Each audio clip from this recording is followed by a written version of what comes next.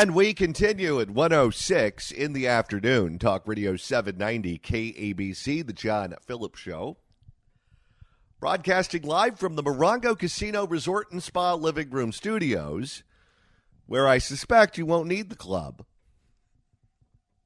If you're going to test your luck at the casino, do it on the Buffalo machine.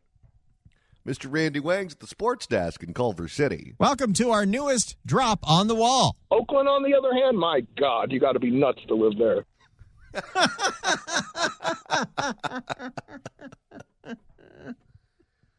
Truer words have never been spoken. It's my second favorite Oakland drop that we have. My first favorite is... Oh, my God, they melted the basketball court. Yeah, I don't know why they reported that as 4th of July fireworks gone wrong. That was a bomb. All right, do we have one more caller who wants to weigh in on the club? Let's go to Kaylee in Tahunga. Kaylee, you're on the John Phillips Show. Hello. Hey, I love your guys' show, Randy, John. So I am a Kia owner. I have a Kia Soul 2020. And I live in the Valley Village area. And last week, I went out to my car around 12 noon.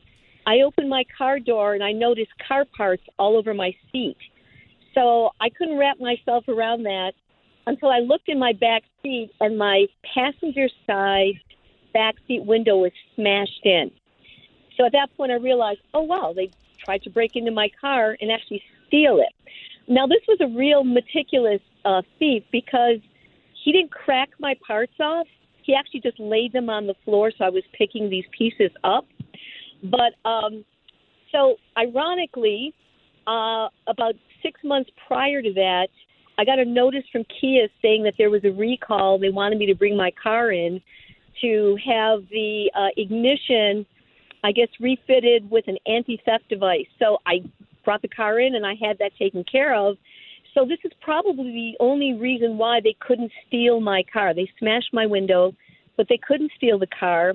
And then when I went to the North Hollywood police station, like maybe 20 minutes later, the sergeant who was taking my report had looked at my address, and he said, did they steal the car? I said, no, they tried to, but I drove my car here. So no, I got my car. He goes, well, you're one of the lucky ones because a couple of your neighbors had their cars stolen, and they were both Kias.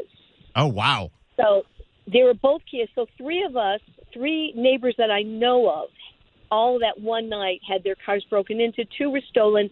Mine wasn't. And then I see, it's really quite ironic, there were 2 like paper posters on the wall there. One was from Kia, one was from Hyundai.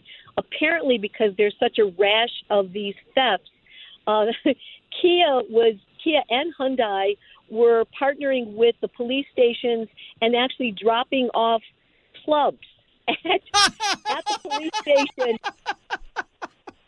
Seriously, I didn't even know the club still existed. And they put me on the waiting list because they ran out of clubs to give out to all the people whose cars were stolen in my area. So I didn't know it still existed. I actually, at the advice of the sergeant who was taking my report, said, well, I would definitely go get a club for your car. I'm like, well, okay. So I went on Amazon. They absolutely still sell them. I got the top of the line. I think it was $48 out the door.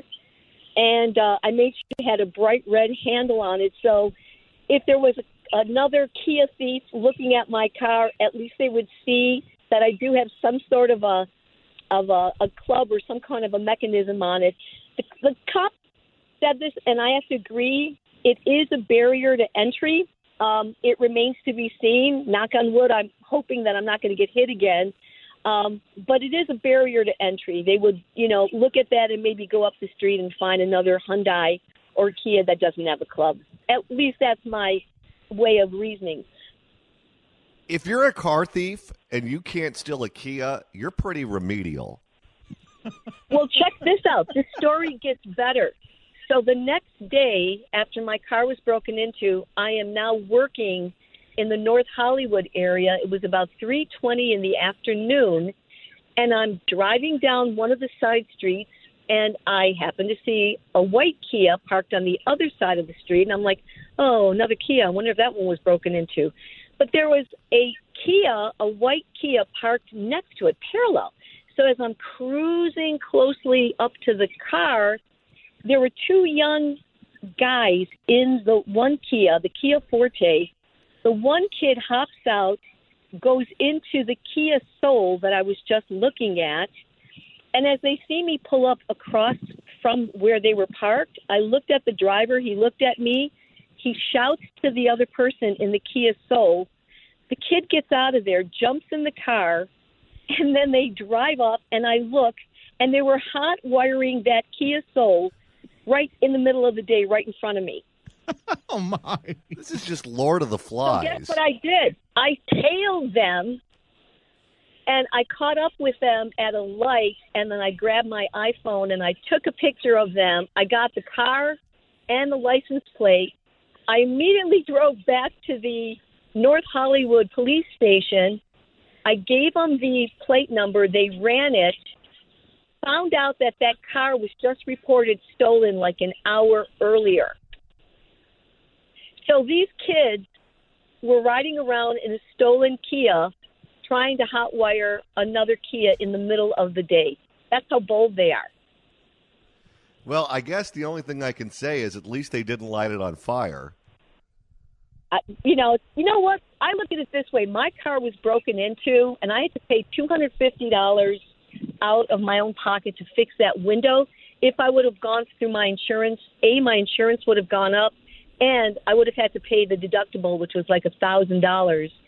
You know, my car, at least I got the window fixed out of my own pocket. My car still drives. I'm still going to have this ignition at some point, probably, replaced. But for now, the car is still driving. But I caught up with the cops about an hour later as I was making my way through the streets to continue my work. And I stopped, and one of the cops were talking to me. I told him I was the one that went to the police station to report what I had seen, and I got the plates. He goes, oh, yeah, we caught up with that car. We caught up with the drivers. He goes, do you think you could ID them? And I said, yeah, I think I could. And so I just gave him a brief description, and he goes, yep, those were the ones. So the kid that was driving the car was 16. The one that was trying to hotwire the car was 14 years old. Yikes! 14. They teach them young. So apparently, these are called this little crime syndicate. Started when somebody had done a YouTube video on how easy it is to break into a Kia or a Hyundai, and actually recorded how easy that is to do. So now these young gangsters got together. I guess they call themselves the Kia Boys. And this is something that they do. They videotape themselves hot wiring the car. I don't know. I guess they get street cred for something like this, but it is a very real thing. And well, no, I don't live in Oakland. Before this, what they would do was destroy the bathrooms. Remember that, Randy? That was the thing that went viral years before the Kia and Hyundai thing went happen. It's all about getting views on the TikTok. Yep. A friend of mine is a vice principal at a school, and he said when they would record themselves destroying the bathrooms, it looked like a construction crew had gone into the bathroom and done a demo job. They would destroy the sinks. They would destroy the toilets. They would destroy the machine that blow dries your hands that's hanging to the wall. They'd tear off all of the soap dispensers. It looked like it was a room that was getting ready to be rebuilt as something other than a bathroom. Yep, it's really a sad state of affairs. I feel bad because I'm thinking, wow, 16 and 14, this is how you're starting your young life out. And with a life of crime, like you have nothing better, nothing else going on. And this is the only way that you could have any sense of self-worth, by vandalizing a car, stealing a car, 14 years old. That really is heartbreaking to me more than anything. It's a sad commentary on either the state of California or just the young people that don't have a sense of self, a sense of self-worth, something better to do that, builds their own self-esteem, and they have to earn it this way by doing these destructive things. Well, we know what hobby they picked up during COVID. Yeah, to say the least. Anyway, thanks, guys. All I right. love your show. I listen to you as often as I can. Continue fighting crime, Kaylee. You're incredible. Hey, I do what I can. Thanks. Okay, and repair that Kia. You don't want to go on the Metro buses.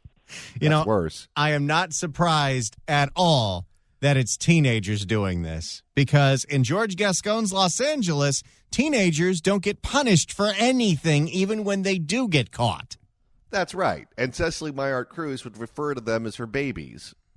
Well, all children are her babies.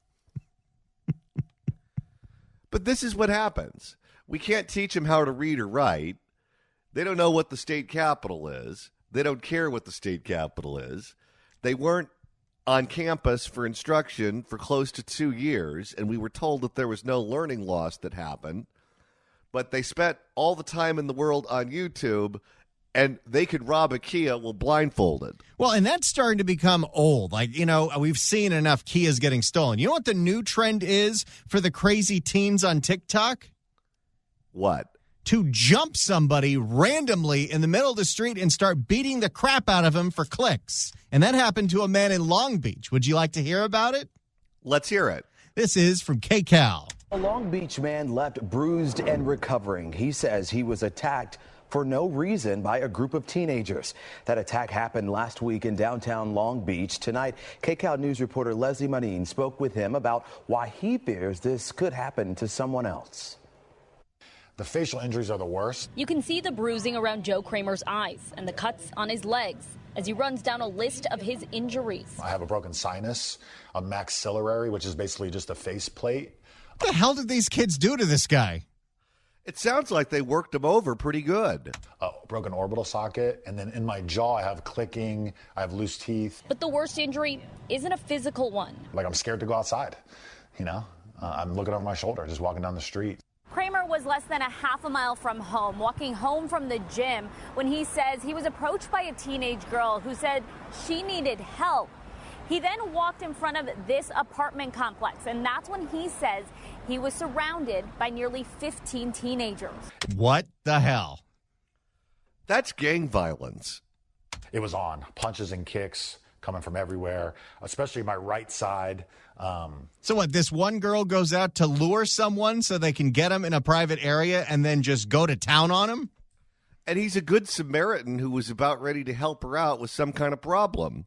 This backpack's being swung at my head. Kramer says during the attack, he was hit in the face with something and lost consciousness. And I remember thinking to myself, like, Joe, if you don't get up right now, you're going to die. I was waiting, honestly, for a gunshot or a knife stab into my body. Kramer says the beating stopped thanks to two men who walked out of the apartment complex on Ocean Boulevard. But not before he says the teens took his cell phone. My life flashed before my eyes. I thought about my son, my parents. Kramer is the father of a 6-year-old, a former college football player who coached high school football for nearly a decade in San Diego. It's very, very disheartening. It makes me feel like we're losing our society, we're losing our youth, we're losing our future. Since the attack on October 3rd, Kramer says he has seen the teens around downtown Long Beach. Oh, so they're still just out. Nothing happened to them. How are they not arrested? When you videotape these things and put them on social media, in any kind of normal world, we call that evidence. Yeah, unless you're a minor, because then we can't use video evidence against you. Just yesterday, he took this video after confronting the teen girl. I mean, when the teenagers rob the Nike store, they don't even bother wearing the mask because the news cannot broadcast their faces. I'm telling you, down is up is down. The people that run this state are demented. Just yesterday, he took this video after confronting the teen girl. He now Wait. The last thing that this guy should be doing is going and confronting them without police behind him. No. Just yesterday, he took this video after confronting the teen girl. He now believes lured him into the situation. They're at Lincoln Park, still hanging out. She's walking around. I confronted her. I said, you're the one that set me up, got me beat up. That was a mistake. I should not have went out there. I could have got hurt again because those boys came running off the train to come at me again. Jesus. We have to learn our lesson, sir. I don't want to blame the victim. Police say they're investigating what happened and arrested one of the teens involved yesterday. Kramer says his biggest fear is that he won't be their only victim. I'm a big, strong, athletic guy. What if I wasn't? You know, what if I couldn't have taken that blow to the face and I would have died? You know, like that could be the next person. So. Police say the teen that was arrested was released to the LA County Probation Department. As for Kramer, he says he doesn't. Yeah, why would we hold someone that's violent and beating someone with an inch of their life? Oh, no, we can't do that. There are babies. As for Kramer, he says he doesn't want these teens to face any serious punishment. Uh-oh. Why? Oh, no. Oh, come on. As for Kramer, he says he doesn't want these teens to face any serious punishment legally, but he does want them held accountable for what they did. There's that buzzword again. Reporting from Long Beach, Lizzie Marin, KCAL News. So what does accountability mean when you have a group of teens beating you to almost death, but you don't want them to suffer any legal troubles? What is the accountability? And it's very dangerous whenever you have a situation like this, because if you were to fight back and you were to injure one of them, let's say it was the girl who was the honey trap who brought him into it, how do you think that's going to look in the paper? Grown man, former football coach, attacks poor, innocent teenage girl, and she suffers a skull fracture, or she suffers a broken bone, or God forbid she gets pushed in front of a car and dies. You are going to be made out to be Jack the Ripper. Even if they start it, even if they're the aggressor, it's a no-win situation for you as the victim. Because either you take your beating and nothing happens to them, or you fight back and they get injured and you're the bad guy. I hate to say it, but I think the moral of this story is don't be a good Samaritan. Ignore everybody on the street. Anytime someone stops me on the street, first of all, 99% of the time they're homeless. 1% of the time they're trying to sell me Girl Scout cookies. Those ones I pay attention to. But everyone else, I just ignore. Because typically, what they're doing is something you're not interested in. You know what my trick is, Randy? What's that? And it works every time. Make a mental note. If you learn nothing else from this program today, learn this. When someone stops you on the street, especially if they're homeless, and they start asking you questions, because it's never, hey, buddy, can I have $1? It's, hey, I've got to ask you something. They act like they're lost. They act like they're a tourist. And the minute you start engaging with them, that's when they have you in a place of vulnerability, because you're then putting your back to someone or something. And if there's a couple of them working together, you are a target. What I say is I never break stride, and I say, no, thank you. Meaning, from their point of view, I didn't hear them correctly, and I thought they were offering me something, and I politely declined. If you say, no, thank you, and you keep going, you win the game. Works every single time. Don't stop. Just say no, thank you. No, thank you. It works. If you'd like to email the show, you can do so at johnnydon'tlikeshow@gmail.com. That's johnnydon'tlikeshow@gmail.com. And Randy, you're monitoring the mailbag. B writes in at johnnydon'tlikeshow@gmail.com. My next-door neighbor's truck was stolen. The police wouldn't look for it, even though he had a GPS monitor because it was a work truck. The owner's daughter found it. It was a 16-year-old thief.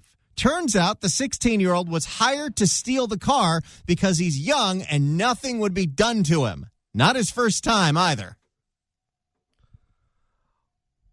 I wonder if it was his parents that put him up to it. I sure would hope not, but nowadays nothing surprises me. But there are plenty. I wonder how many teenagers out there, instead of getting that job at In-N-Out Burger and figuring out the value of work, are getting paid to steal cars. And I'm sure handsomely. We got boosters out there. Randy, if you want to go back and listen to the first hour because you missed it while you were eating lunch and listen to it later on today, that is easy to do. That's right. As soon as I post it, I've been busy. I'll get to it. You will be able to listen to the first hour of this show, listen to John's eulogy of Suzanne Summers and all the nonsense about the club by going to the KABC app. Search KABC AM in the Apple App Store or the Android Store. It works with CarPlay. It's an easy way to listen live whenever you're outside the AM radio signal. And it is the great way to listen to the podcast of this show. Like, let's say you're a morning person, but when you turn on the radio, you don't like any of the shows in the morning. You can listen to this show while you have your morning coffee. You have to wake up and smell the coffee. Let's go to John in Los Angeles, who called us back. John, you're on KABC, maybe. Hey, guys. Thanks for taking my call back. Sorry about that. That's okay. It just happened. Hey, so thank you for sharing that about Suzanne Summers. I tell you, you're right about that childlike innocence she had, because when casting directors cast people, they really have to have a lot of the qualities that the character possesses. And she had a lot of that, you know, and it was such a misunderstood thing, because she was very honest about it. She said she was a single mom and she needed the money because, you know, she was a single mom, and that's it. I don't understand why she had to be branded, you know, like that. But to me, she's a wonderful person. Thank you for speaking highly about her. I grew up watching her ever since, you know, the early seasons of Three's Company. And once Terry came along, and I think the other girl was named Cindy, it's just I stopped watching it after that. Like, you know, she was definitely the original, the best. 100%. And thank you so much for the call, sir. And Randy, he mentioned her childlike innocence. I'll tell a quick story here. There is a restaurant in town that was her favorite that is certainly one of my favorites. And she was very close to the owners. It is one of the hot spots here in the desert. It's called Tropical. That was her favorite restaurant. And when that restaurant is packed on like a Friday or a Saturday night, it's very difficult to find parking anywhere near the restaurant. So you typically have to park a long way away, and then you have a little bit of a hike in the dark. And we were talking about this as we were driving down to the restaurant. And Alan said, "Oh, Suzanne and I have a secret spot. We never have to worry about parking at Tropical." And I said, "You have a secret spot?" And he said, "Yeah, works every time. Works like a charm." And she said, "Alan's the driver. I never question the driver. He always finds us a spot. So we're good to go." So we went down there, and Alan's secret spot was right next to the front door. And I get out of the car, and I'm looking at where we're parked, and I go, "Alan, this is not a secret spot. This is the loading and unloading zone. You can't park here." And he goes, "No, it's not the loading and unloading zone." I go, "Yeah, it is. Look at the color of the curb. Look, it's painted a totally different color than everything else." And he goes, "Well, I'll be damned. I've never gotten a ticket the entire time I've been coming here, and this is where we park every time." So we go in and we have dinner, and then we walk through the restaurant, out the front door, to the car, where there is a parking ticket displayed on the windshield. That night, Randy, the luck ran out. Oh, no. So much for the secret spot. We'll give you an update on what's going on right now in Washington, D.C., the quest to pick a new Speaker of the House coming up at the top of the hour. But first, L.A.'s deranged district attorney, George Gascon, announced over the weekend that he is officially seeking another 4-year term. Quite frankly. Here's an update from Fox 11's Marla Tejas. It is official. L.A. County District Attorney George Gascon is running for re-election. This is about humanity, because you cannot have safety in a community if you're not looking at it through the lens of humanity first. What? Okay, this is a man who is district attorney, who's running for re-election to be district attorney, and standing behind him is Abolish the Police Councilwoman Eunice Hernandez. That's right. She is a proud supporter of George Gascon. Yes! What does that tell you about George Gascon if the woman who wants to get rid of the police and the jails is an enthusiastic supporter of his? Maybe his re-election campaign is about humanity, because in the 4 years that he's become district attorney, everywhere you look in Los Angeles, people are screaming, "Oh, the humanity!" Gascon making this announcement in front of labor supporters in the Rampart area. Gascon took office in 2020 and introduced several progressive policies, such as limiting the use of sentencing enhancements and barring prosecutors. Okay, one quick point to add here. You notice that he's having his re-election kickoff campaign in the Rampart part of Los Angeles, which is a part of Los Angeles that experiences a lot of crime. Yet, when he chooses where to live in Los Angeles County, he doesn't live where he would have to deal with his policies and his failures on a daily basis, like in, Rampart, where anyone who lives there has to take their life into their own hands every time they leave their house. No, he lives in Belmont Shore, which is one of the toniest neighborhoods in all of Long Beach, right next to the water. It's fine for the people of Rampart to deal with his failures, but not for him. And barring prosecutors from trying juveniles as adults. Which is why all the kids are still in the Kias. Those changes caused his own deputy district attorneys to turn against him. In fact, 4 are running against him in the March 2024 primary. One of those opponents, Deputy DA Jonathan Hatami, he is responding to Gascon's re-election announcement. In a tweet, Hatami says the presence of Democratic Socialist and L.A. City Councilwoman Eunice Hernandez at Gascon's press conference is a clear indication that Gascon does not support public safety. Also probably doesn't support Israel. That's right. Hernandez has gone on record in her support to abolish the LAPD and shift police funds to social service programs. Because we are the defund the police people, right? He couldn't get anyone else to show up except for her, Tony Cardenas, who is a member of Congress representing the San Fernando Valley, who, how should I put this, has his own problems, and then the Assemblywoman who represents Marina Del Rey, who, how should I put this, has her own problems, Tina McKinnon. That was literally it in terms of the electeds, if I'm not mistaken, Randy. Well, in fact, Karen Bass wanted to be so far away from a George Gascon re-election campaign event that she flew half the city council to D.C. over the weekend. They don't want to be within 3,000 miles of this joker. I couldn't agree with you more. If you'd like to email the show, you can do so at johnnydon'tlikeshow@gmail.com. That's johnnydon'tlikeshow@gmail.com. And Randy, you're monitoring the mailbag. John, we have got a ton of email today about the club. And I don't know what it says about our audience, but most of the emails go like this. This comes from Mark. A friend of mine says you can just cut through the steering wheel and slip the club right off. He says it wasted 20 seconds of his time.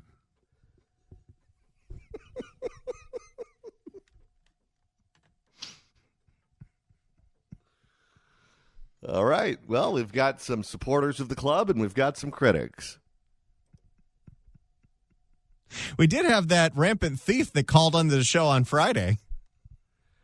Yes, that's right. Who is supporting George Gascon in his bid for re-election. Because he used to go to jail, and now he doesn't go to jail anymore. I'm still not sure if that guy was legit or not, because if he was doing a bit, he stayed in character the whole time. Well, if you're a thief, if that is your profession, then it would be highly rational to support George Gascon for re-election. Well, we deal with the chaos of electing district attorneys and attorney generals and members of the state legislature and a governor who don't seem to care about public safety. On the opposite side of the country, they're dealing with a different kind of chaos. That chaos is picking a speaker of the United States House of Representatives. As of now, there is no speaker because the last one, Bakersfield's Kevin McCarthy, got dumped by a handful of Republicans and all of the Democrats. The next guy in line who was hoping to be speaker, Steve Scalise from the state of Louisiana, couldn't put the votes together. He dropped out, and now it's Jim Jordan. It looks like he's short, but he's still twisting arms. Will he find the votes necessary to become the next Speaker of the House? We'll explore all of this with Mark Foley, former member of the House of Representatives representing the state of Florida, up next. We've got one more hour to go right here on The John Phillips Show, Talk Radio 790 KABC. Oakland, on the other hand, my God, you got to be nuts to live there.